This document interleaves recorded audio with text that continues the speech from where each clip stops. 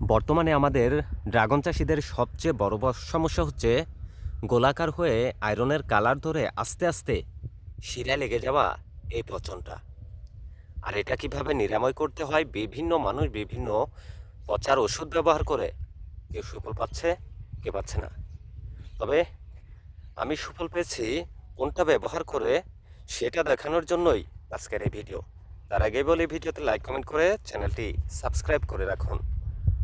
Amistar top ব্যবহারের 7 দিনের মাথায় যে অংশটা পচাশীল ছিল সেটার কালারটা হয়েছে এমন। পচনটা রোদ হয়ে গেছে। আর একটু দেখাই কাছ থেকে, এই যে দেখেন পচাটা কিন্তু আর নাই। আপনারাও এটা ব্যবহার করলে ইনশাল্লাহ ভালো সুফল পাবেন।